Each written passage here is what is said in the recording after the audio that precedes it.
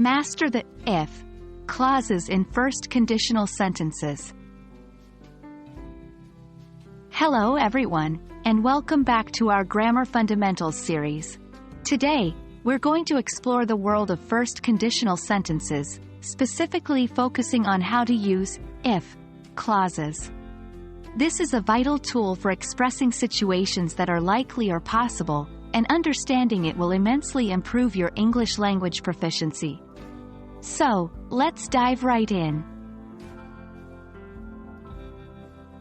First things first, let's remind ourselves what the first conditional is. This tense is used to express situations that are likely or possible based on certain conditions. The structure typically involves two parts: the if clause, condition, and the main clause, result. It looks like this: if plus subject plus present simple tense, subject plus will plus verb, base form.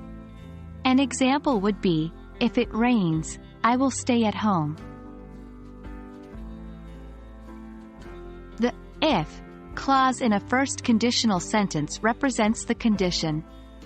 This condition is something that can happen in the future, and if it does happen, the action or situation in the main clause will occur. Remember, the if clause always contains the present simple tense. This might seem strange since we are talking about the future, but it is a rule in English grammar. Here's an example: if I pass the exam, condition, I will go to university, result. Forming an if clause is quite straightforward. Here's how. Start the clause with the word if. Follow if with the subject of your sentence: I, you, he, she, it, we, they. After the subject, use a verb in the present simple tense.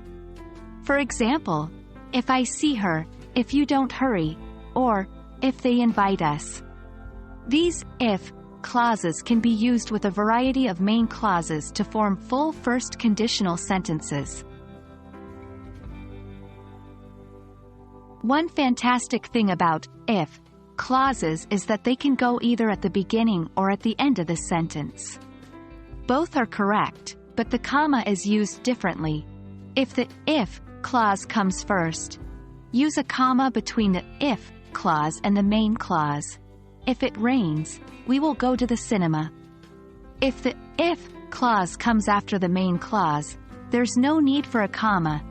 We will go to the cinema if it rains. And there we have it.